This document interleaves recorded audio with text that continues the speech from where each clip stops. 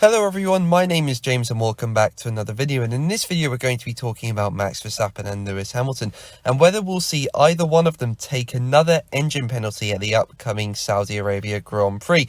Now, if you enjoyed the video, make sure to leave a like and also subscribe for more Formula 1 content. Without further ado, let's jump straight into the video. Now, the reason I bring this up is because engine penalties have been such a big talking point this season.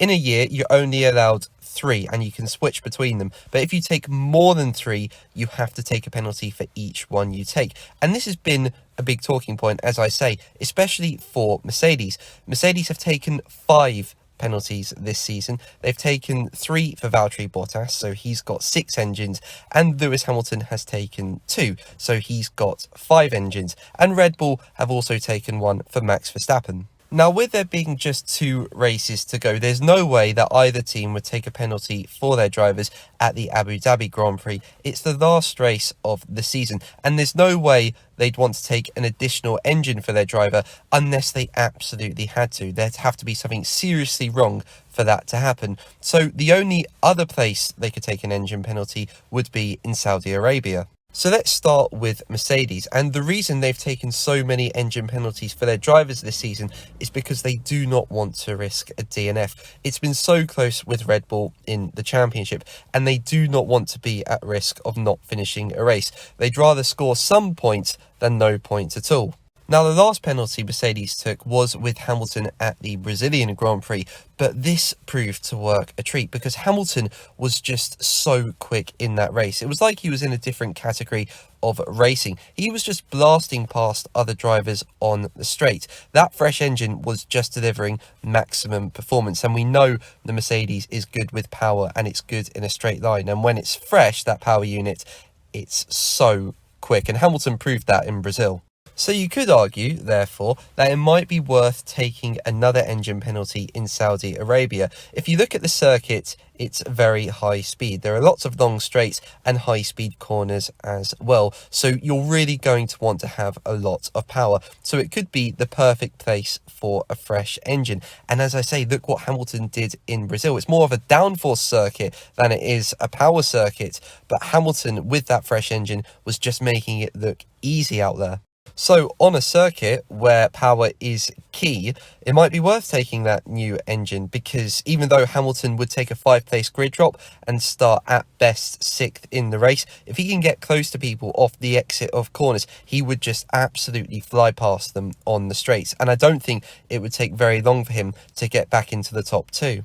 And Hamilton could very well go on to win that race. And on top of that, taking a fresh engine in Saudi Arabia could put Mercedes in a very good position going into the last race in Abu Dhabi. They would have 2 decently fresh engines at their disposal. And if we look at the Abu Dhabi circuit, it's a bit of a power track. And what they've done this year is that they've taken out some corners and just made the straights a bit longer as a result. So it's a bit more of a power circuit, and that could benefit Mercedes more than it would Red Bull, because as we know, Mercedes are better when it comes to power and low drag.